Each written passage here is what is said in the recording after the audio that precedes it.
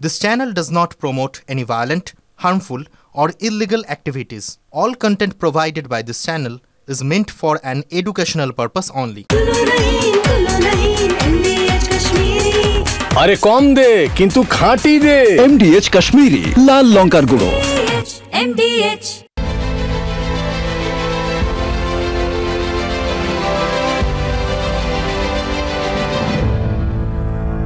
পথ দুর্ঘটনা মৃত্যু ঘিরে রণক্ষেত্র সল্টলেক। পরপর দুটি বাইকে ধাক্কা মেরে রেলিং ভেঙে ফুটপাতে উঠে যায় গাড়ি। অগ্নিদগ্ধ হয়ে ডেলিভারি বয়ের মৃত্যু ঘিরে উত্তেজনা। পুলিশকে লক্ষ্য করে ইট বৃষ্টি উত্তেজিত জনতার। আজকে দ্বিতীয় ব্রেকিং, এসআইআর মামলায় অ্যাডভান্টেজে কমিশন। বড় খবর, কমিশন যে নথি চাইছে তা ভোটার বান্ধব। পর্যবেক্ষণ সুপ্রিম কোর্টের।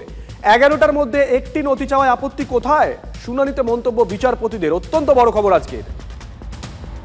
3 নম্বর ব্রেকিং, অভিষেকের কেন্দ্রে ভোটার বৃদ্ধি অস্বাভাবিক। অভিষেক বন্দ্যোপাধ্যায়কে নিশানা বিজেপি নেতা অনুরাগ ঠাকুরের। তার অভিযোগ, ডায়মন্ড হারবারে 4 বছরে 15% ভোটার বৃদ্ধি হয়েছে। ভুয়ো ভোটে জিতেছেন অভিষেক, খোঁচা অনুরাগের। 4 নম্বর ব্রেকিং, মুখ্য সচিবকে তলবের চিঠিতে কড়া বার্তা কমিশনের। বড় খবর, ভোটার লিস্টে কারচুপি, নির্দেশ মেনে ব্যবস্থা নেওয়া হয়নি। তালিকা তৈরিতে যুক্তরা কমিশনে ডেপুটেশনে কাজ করছে। তাদের বিরুদ্ধে ব্যবস্থা নেওয়ার অধিকার আছে কমিশনের। রাজ্যকে কড়া চিঠি নির্বাচন কমিশনের তরফ থেকে। 5 নম্বর ব্রেকিং, ভুয়ো ট্রেড লাইসেন্সের রমরমা শিলিগুড়িতে। সাদা কাগজ জমা দিলেও মিলছে সরকারি লাইসেন্স। ভেবে দেখুন একবার, ভুয়ো লাইসেন্স দেখিয়েই খোলা হচ্ছে অ্যাকাউন্ট। আজকে 6 নম্বর ব্রেকিং, নিয়ন্ত্রণ রেখায় পাক উস্কানি জবাব দিয়েছে ভারত। উড়ি সেক্টরে জঙ্গি অনুপ্রবেশের চেষ্টা বানচাল করেছে সেনা। টিক্কা পোস্টের কাছে গুলির লড়াই, শহীদ একজন ভারতীয় জওয়ান।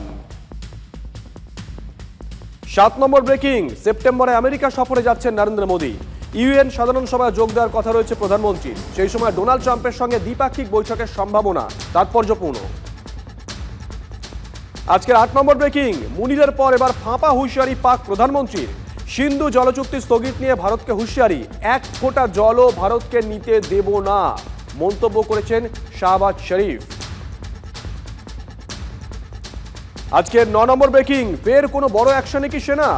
জম্মু সাম্বা সেক্টরে 2 মাস নাইট কারফিউ জারি। বড় খবর, সিগনিফিকেন্ট। সাম্বা সীমান্তে নজরদারি বাড়াতে পদক্ষেপ নেওয়া হয়েছে। 10 নম্বর ব্রেকিং, বৃষ্টিতে বিপর্যস্ত উত্তরবঙ্গ। 10 নম্বর জাতীয় সড়কে সেতু বসে গিয়ে রাস্তা বন্ধ। বাগড়াকোট হয়ে কালিম্পং যাওয়ার রাস্তায় বিপদ। রাস্তা বন্ধ থাকায় ভোগান্তি পর্যটকদের।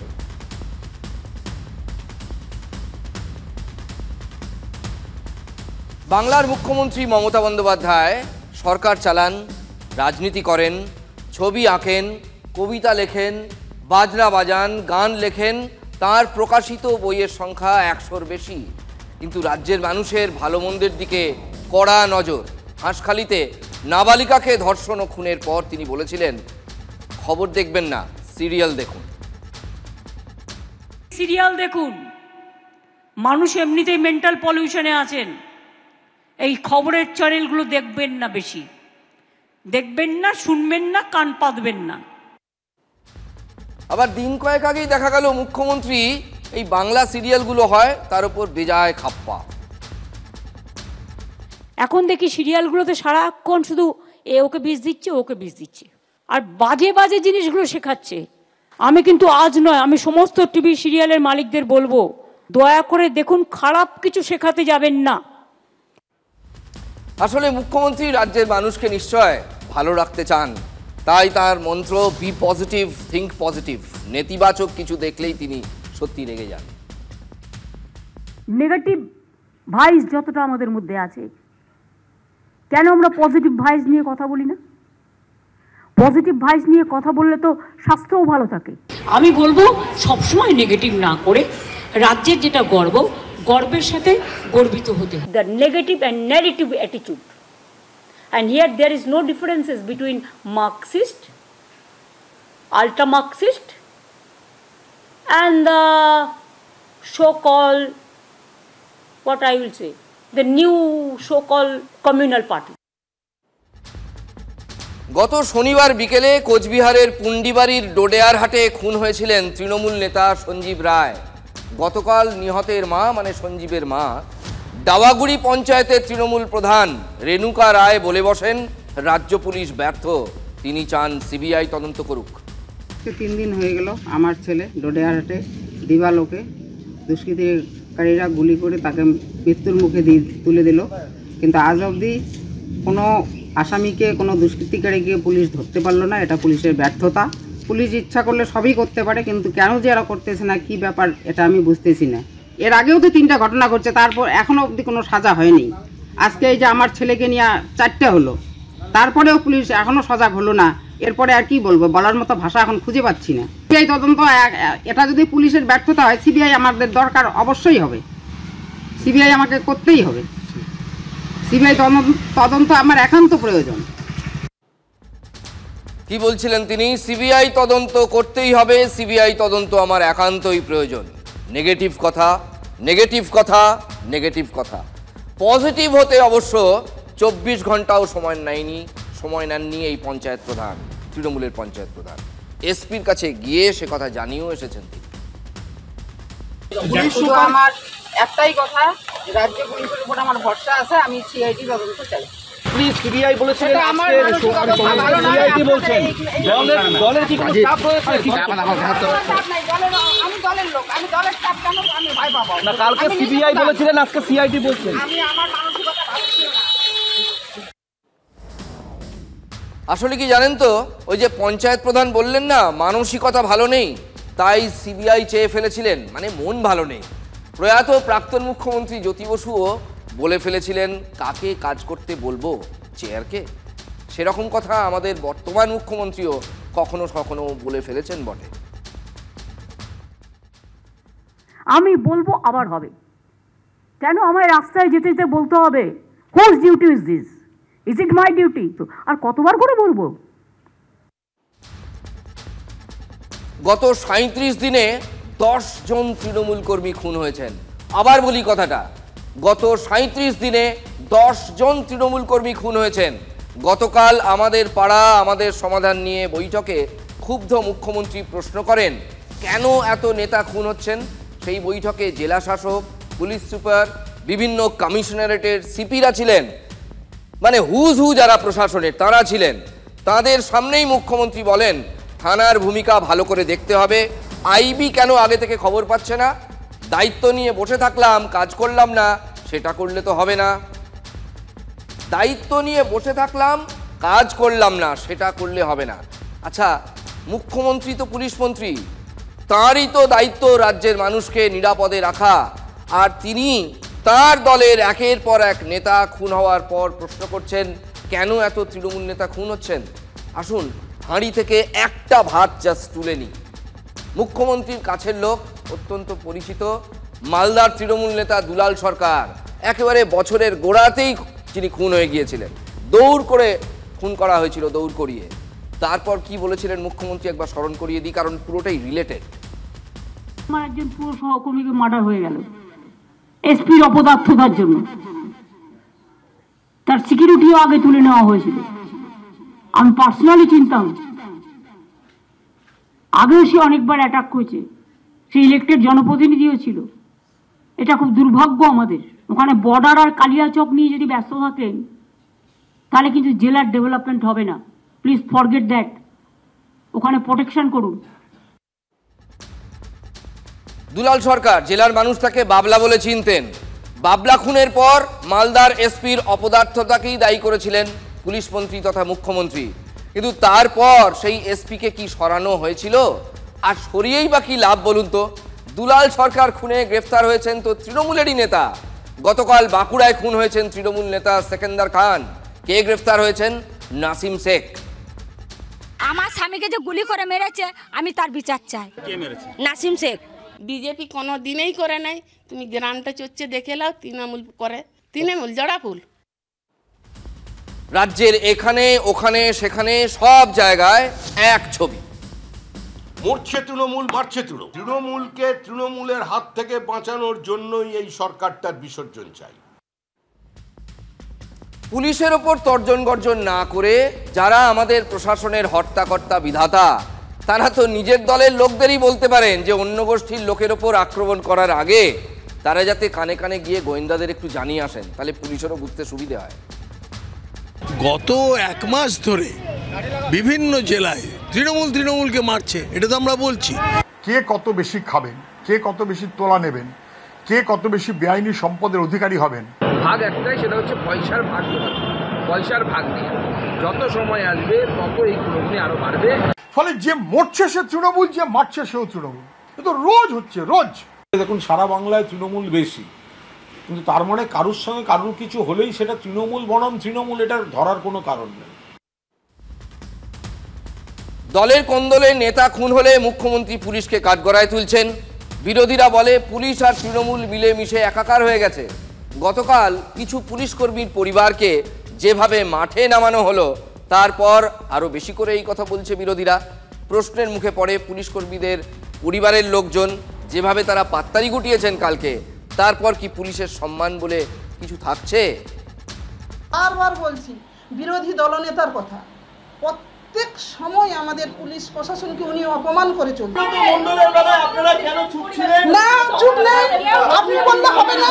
আমরা রবীন্দ্র সদনে করেছি, জানাজানি হয়েছে। উনি যখন খারাপ ভাষা বলেছেন ক্ষমা চেয়েছেন। অনুব্রত কি বলেছে, তাপস কি বলেছে, এভাবে আমাদেরকে প্রেসার ক্রিয়েট করতে পারেন না আপনারা। আবার আপনি সেই অনুব্রত মণ্ডলী আনছেন, এক কথা আপনারা বারবার বলছেন। আমি আপনাকে বলিনি তো ক্ষমা চেয়েছে, আমি কি বলেছি? আমি বলিনি কিন্তু এই কথাটা, আপনি ভুল করছেন। আমি বলেছি কি? এই তো দেখাচ্ছিলাম আপনাদের, মুখ্যমন্ত্রী একদম নেগেটিভ কথা পছন্দ করেন না। তার মন্ত্র বি পজিটিভ, তাতে স্বাস্থ্যও ভালো থাকে।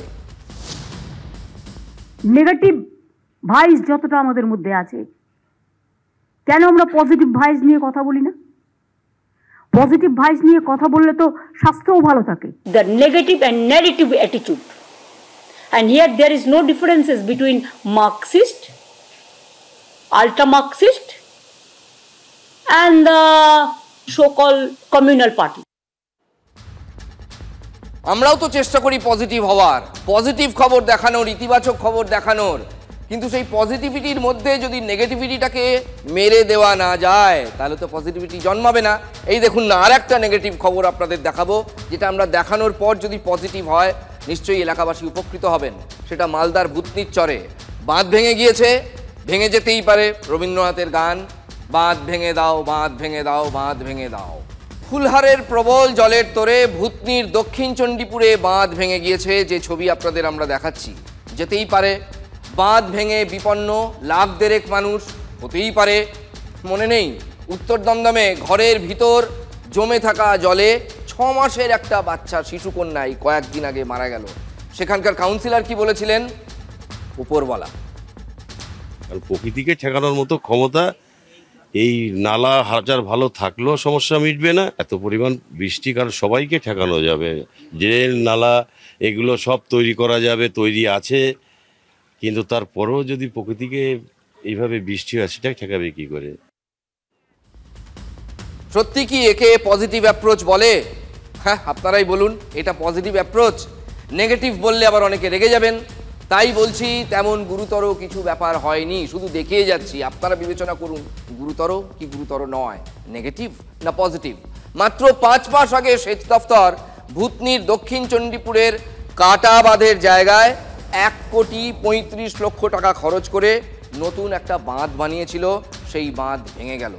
মানে 1,35 লাখ টাকা জলে। আর বাঁধের কি জানেন তো, একটা অংশ যদি ভেঙে যায় তাহলে বাঁধটাই চলে গেল একেবারে পুরো, আমরা যাকে সহজ কথায় বলি খরচার খাতায়। খরচার খাতায়, তার কারণ জল তো সেই দিক দিয়েই ঢুকে যাবে, তাই না? আমি বলবো যে যা পরিকল্পনা আমরা নিয়েছিলাম, যে পরিকল্পনা আমাকে দেওয়া হয়েছিল, বাদ কি স্যার দুর্বল? মানে না, কখনোই না। তার সমগ্র টেস্টিং আমরা সবসময় টেস্টিং করেছিলেন। এবার যদি বাকি কিছু বলতে হয়, আমার দুজন পরিস্থিতি তো আপনারাও দেখেছেন, ইটস ভেরি ভেরি এমার্জেন্ট পরিস্থিতি আছে। আমরা সকালবেলায় এসেছি, ডিএম স্যারও আছেন, পরিস্থিতি তো আপনারা দেখলেনই, it's very very risky. SDO বলছেন পরিস্থিতি খুব রিস্কি, খুব বিপজ্জনক, ঝুঁকিবহুল। নেগেটিভ কথা। এসডিও সাহেব, আপনি তো নেগেটিভ কথা বলে ফেললেন। 5 মাস আগে 1,35 লক্ষ টাকা খরচ করে তৈরি বাঁধ ধুয়ে গেল, মানে 1,35 লাখ টাকা জলে চলে গেল। ভয়ে ভয়ে ভূতনি শেষ, এখানে যে কন্ট্রাক্টর এখানে দাঁড়িয়ে আছে, যে ইঞ্জিনিয়াররা যারা দাঁড়িয়ে আছে, এরা চোর। এই চোরগুলো এখানে দাঁড়িয়ে কাজগুলো করিয়েছে। জনক অবস্থা করেছে সাবিত্রী মিত্র, করেছে জেলা প্রশাসক, শেষ দপ্তর অধিকারী, চোর সব। এই যে বাচ্চা দেখছেন 1,35,00,000 টাকা, এত টাকার কাজ গেল কোথায়? জবাব কাকে দিতে হবে? এখানে বললো মানুষ ভুইয়া এসে লক গেট তৈরি করবে, আর এখানে হচ্ছে একটা কালভার্ট বানিয়েছে। এখানে দাঁড়িয়ে দাঁড়িয়ে কিছু কিছু ছেলে প্রতিবাদ করেছে কাজ ভালো করার জন্য, সেই সমস্ত ছেলেদের উপর কেস দিয়েছে ভুতনি থানা। 1.5 লক্ষ মানুষকে ডুবানো হলো। ওই মুখ্যমন্ত্রী বলেন ম্যানমেড বন্যা, এখানে ওমেনমেড বন্যা। এই সরকারের পরিকল্পনাবিহীন কাজের জন্য আজকে ভুতনিবাসী আবারও সরকারের তৈরি বন্যায় ডুবে গেল। এটা পরিকল্পনাবিহীন না, এটা স্কিম, চুরির স্কিম। কি করে চুরি করা যায়, মাল কামানো যায়, কি করে আবার ভোটের সময় এই টাকা কামিয়ে ভুতনির মানুষকে দেওয়া যায়, এটা মাল কামাইয়ের জায়গা ছিল, আবার মাল কামাইটা হয়ে গেল। বলছে এইখানকার বিধায়ক যে উনি বলছেন যে ইচ্ছাকৃতভাবে সেখানে সিপিএম কংগ্রেস বিজেপি বাচ্চাকে কাটিয়েছে। লজ্জা লাগছে না? কি আছে এখানটাতে? বিজেপির কে এখানে বসতে দেয় নাকি? না এখানে সিপিএম কে বসতে দেয়, না কংগ্রেসকে বসতে দেয়? এখানে তো সমস্ত তৃণমূলের নেতারা এখানে জড়িয়ে আছে। আবার আসবে, চোখের জল মিটাবে, মাগুর মাছের কান্না কাঁদবে, আর কেঁদে গিয়ে বলবে আমি ব্যবস্থা করে দিলাম। কি ব্যবস্থা করেছো? ব্যাংক ভরে দিয়েছো নিজের। পাবলিক কিংবা লোকাল পাবলিক আর বিরোধীদের এই এক রোগ, নেগেটিভ নেগেটিভ নেগেটিভ। আরে বাবা, বাঁধ ভেঙেছে তো কি হয়েছে? বাঁধ ভাঙলে নতুন করে হবে, নতুন ইনভেস্টমেন্ট হবে। দেখুন, আমরা মাঝে মাঝেই আপনাদের রাস্তাঘাটে পট হোলস দেখাই, যেই দেখাই পরের দিন সেখানে এসে কন্ট্রাক্টর ওই পুরসভা থেকে বলে দেয়, আমাদের সল্টলেকেও হয়েছে, একটু চাপড়া চাপড়া কী সব ফেলে যায়, ইট ফিট, আবার এক সপ্তাহ পর দেখি জেকে সেই। ওটাও তো উন্নয়ন, মানে একই উন্নয়নের ওপর নতুন করে উন্নয়নের পৌঁছ, এটাই চলছে। আসুন আরও একটা পজিটিভ কথা শোনা যাক। কাটা বাঁধটা যেভাবে কাজ করা হয়েছিল, তারপর তাতে করে ওইটা ভাঙার কথা নয়। আমরা পরে বালির বস্তা দিয়ে বাঁধটাকে আটকেছিলাম। বালির বস্তা দিয়ে আটকাবার পর রাত্রি 4টার দিকে কেউ বা কারা কিছু লোক, এটা কংগ্রেস এবং সিপিএম এবং বিজেপিরা, সিপিএম বিজেপির লোকরা রাজনৈতিক ফায়দা তোলার জন্য ওখান থেকে সমস্ত রকমের মানে 2-3টা বস্তা ছড়িয়ে লিকেজ করে দিল। লিকেজ থেকে জল ঢুকতে ঢুকতে তারপর ওয়াশ আউট হয়ে গেল। হ্যাঁ, সাবিত্রী দেবী কিন্তু এইটা পজিটিভ কথা বলেছেন, মানতেই হবে। এমএলএ সাবিত্রী মিত্র বলছেন সিপিএম বিজেপি বস্তা সরিয়ে নিয়ে বাঁধ কেটে দিয়েছে। মুখ্যমন্ত্রী তো অনেক আগেই বলে দিয়েছিলেন যে লাল গেরুয়া মানেই হচ্ছে negative. The negative and narrative attitude. And here there is no differences between Marxist, ultra-Marxist and the so-called communal party.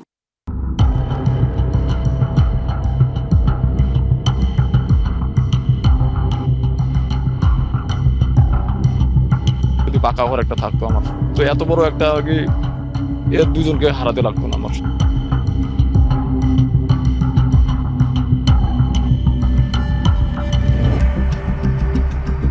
নাহলে যদি ভাবতাম, জানতাম যে বলে আমি আজও এখানে রাখতে পারবো না, তাহলে আমি ওদের দুইজনকে ধরে আমি ওখানে শুয়ে পড়তাম, আমার উপর দিয়েও যাইতো। আমি তাহলে সন্তানগুলোর সাথে এখন থাকতে পারতাম।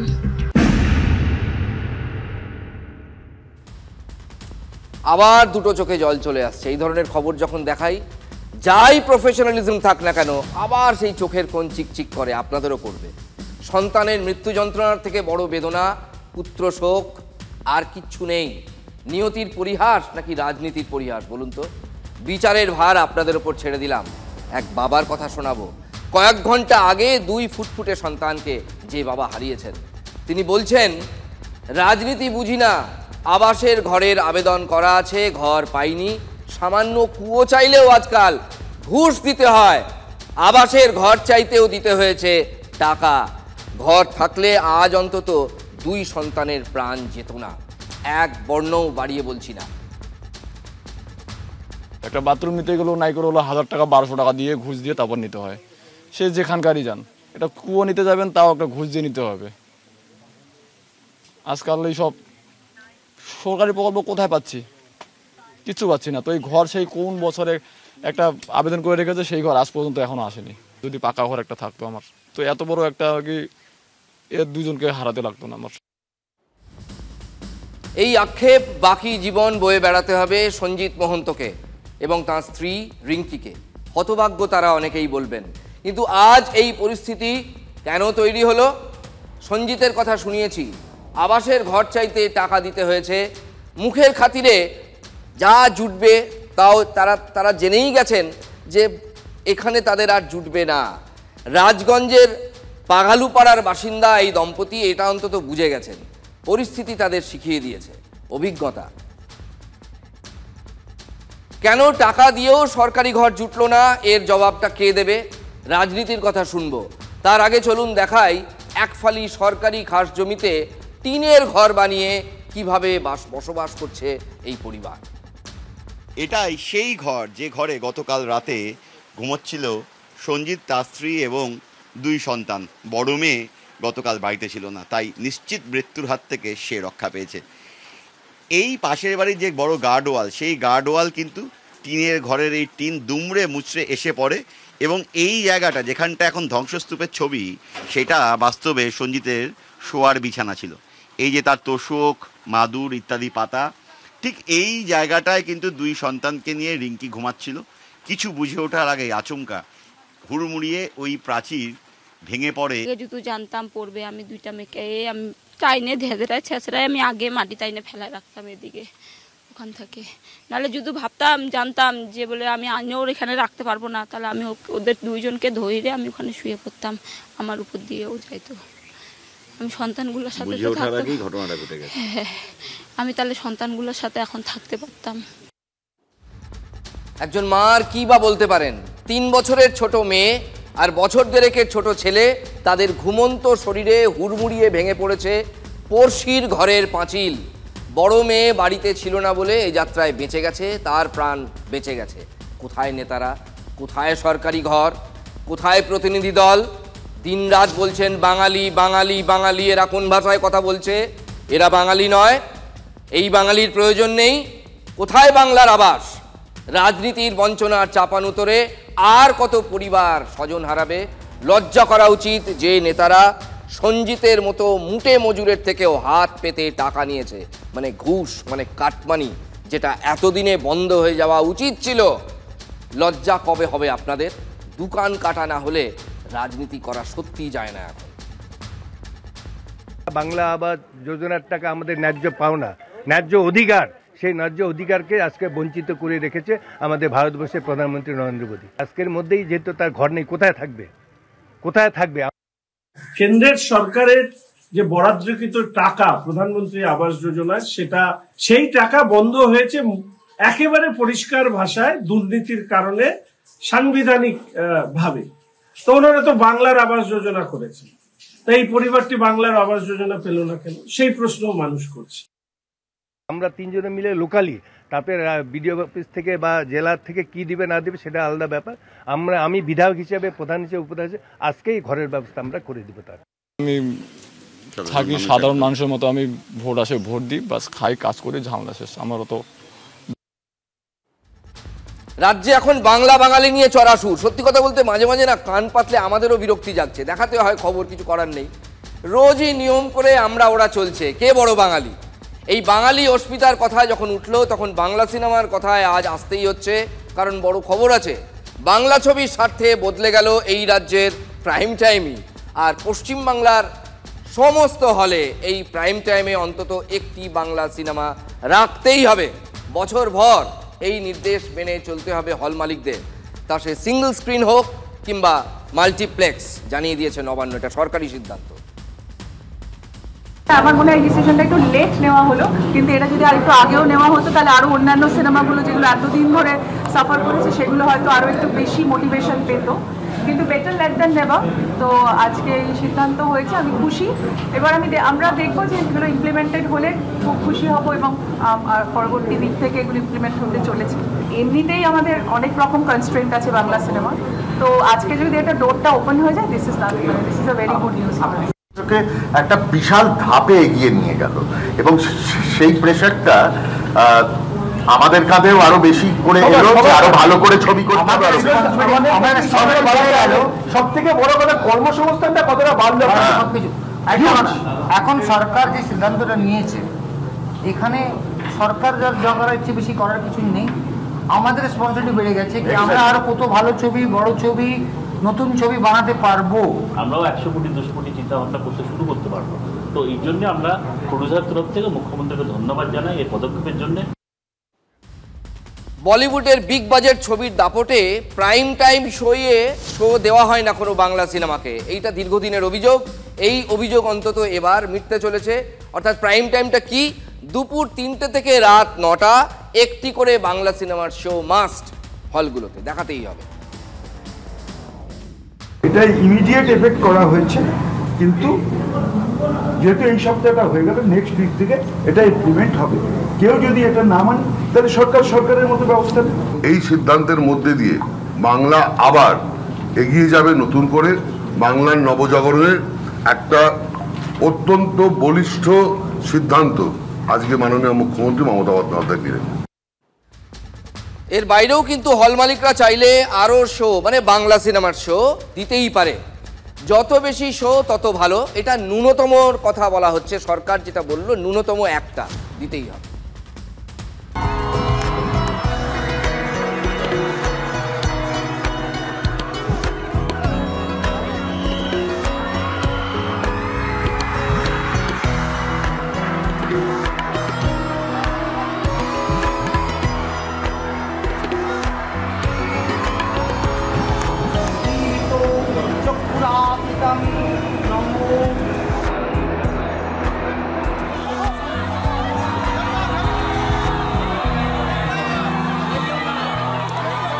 দেখুন, বাংলা ছবির নিঃসন্দেহে প্রচুর দর্শক আছে, বাংলা ছবির প্রচুর দর্শক আছে, এটা নিয়ে কোনো দ্বিরুক্তি হয় না।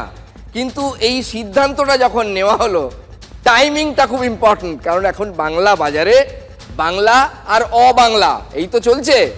এই টাইমিংটা নিয়েই হচ্ছে আসল তরজা। শুনুন রাজনীতিকরা কি বলছেন।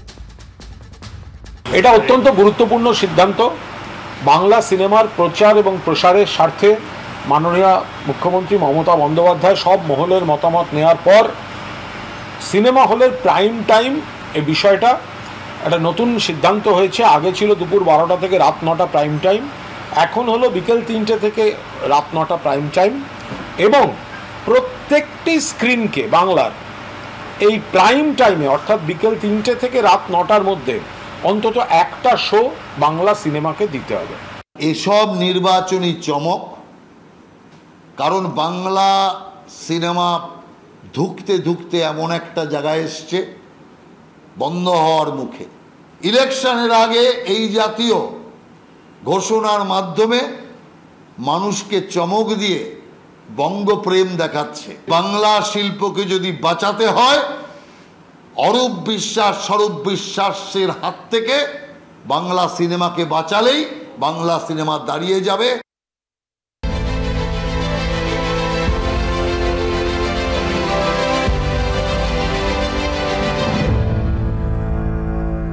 যদি MDH কিচেন কিং কিচেনে থাকি তো আমরা যা ইচ্ছে তৈরি করতে পারি। বেগুনের ভর্তা, আলু কপি, ভিন্ডি মশলা, আরো অনেক কিছু।